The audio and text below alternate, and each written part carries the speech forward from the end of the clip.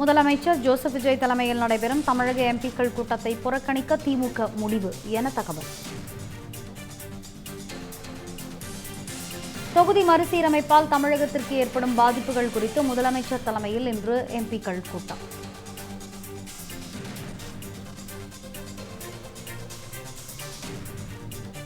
தமிழகத்தை சேர்ந்த மக்களவை, மாநிலங்களவை எம்பிக்கள் ஆலோசனைக் கூட்டத்தில் பங்கேற்க முதலமைச்சர் விஜய் அழைப்பு. தொகுதி மறுசீரமைப்பில் தமிழ்நாட்டுக்கு எந்த பாதிப்பும் வரக்கூடாது என்பதில் உறுதியாக இருக்கிறோம், திமுக அறிக்கை. விவரங்களை வழங்குவதற்காக செய்தியாளர் புவியரசன் இணைப்பில் இணைகிறார். புவியரசன், சொல்லுங்க, இன்று நடைபெறவிருக்கக்கூடிய இந்த எம்பிக்கள் கூட்டத்தை புறக்கணிக்க திமுக முடிவு செய்திருப்பதாக ஒரு தகவல். விவரங்கள் என்ன, வழங்கலாம்? வணக்கம். முதலமைச்சர் விஜய் தலைமையில் இன்று நடைபெற இருக்கக்கூடிய எம்பிக்கள் கூட்டத்தை புறக்கணிக்க திமுக எம்பிக்கள் திட்டமிட்டிருப்பதாக தகவலானது தற்போது கிடைக்கிறது.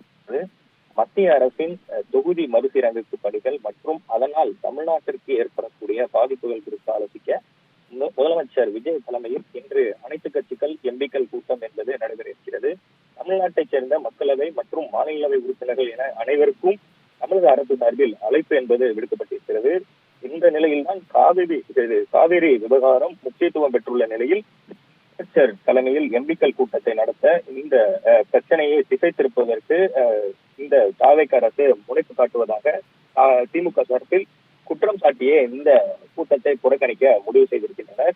தொகுதி மறுசீரமைப்பில் தமிழ்நாட்டிற்கும் தென் மாநிலங்களுக்கும் எந்தவித பாதிப்பும் ஏற்படக்கூடாது என்பதில் உறுதியாக இருப்பதாக திமுக தரப்பில் அக்கட்சியின் பொதுச் செயலாளர் துரைமுருகன் நேற்றே ஒரு அறிக்கை என்பதை பெற்றிருந்தார்.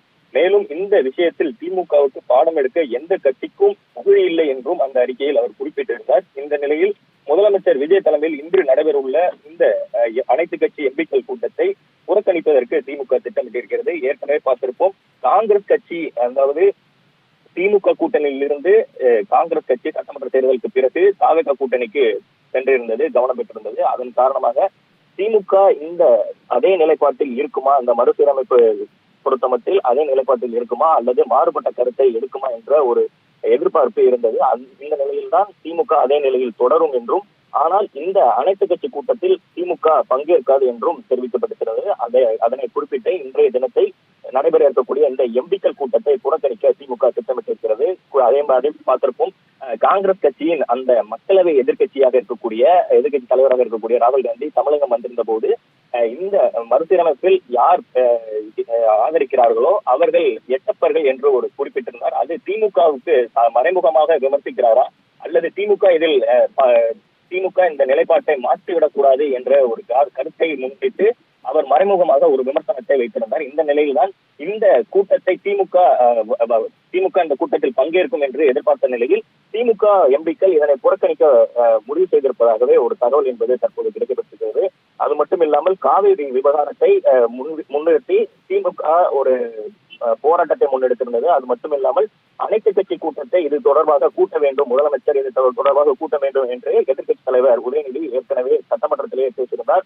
அது மட்டும் இல்லாமல் தொடர்ந்து திமுக தரப்பில் இது குறித்து வலியுறுத்தல் என்பதும் செய்யப்பட்டு வருகிறது. ஆனால் இது குறித்து எந்த ஒரு நடவடிக்கையும் தற்போது இருக்கக்கூடிய தாவேக அரசு எடுக்கவில்லை என்ற ஒரு குற்றச்சாட்டை முன்னிறுத்தி அதனை திசை திருப்பும் வகையில் இந்த ஒரு அதாவது தற்போது நாடாளுமன்றம் கூட்டம் என்பது கூட வரக்கூடிய நிலையில் இந்த தொகுதி மறுவரை என்ற ஒரு பிரச்சனை என்பது இப்போது இல்லாத சூழலில் தற்போது இது குறித்த ஒரு ஆலோசனை கூட்டம் என்பது அந்த காவிரி விவகாரத்தை திசை திருப்பும் நோக்கிலேயே இருக்கக்கூடும் என்று திமுக எண்ணக்கூடிய நிலையில் இதனை புறக்கணிக்க திட்டமிட்டிருக்கின்றனர். அது மட்டும் இல்லாமல் காங்கிரஸ், அதாவது தாவேக அரசோடு இப்போது காங்கிரஸ் கூட்டணியில் இருப்பதன் காரணமாக தாவேக அரசு இதில் போன்ற ஒரு நிலைப்பாட்டில் எடுக்க இருப்பதாகவும் ஒரு குற்றச்சாட்டையும் திமுக தரப்பில் முன்வைக்கின்றனர்.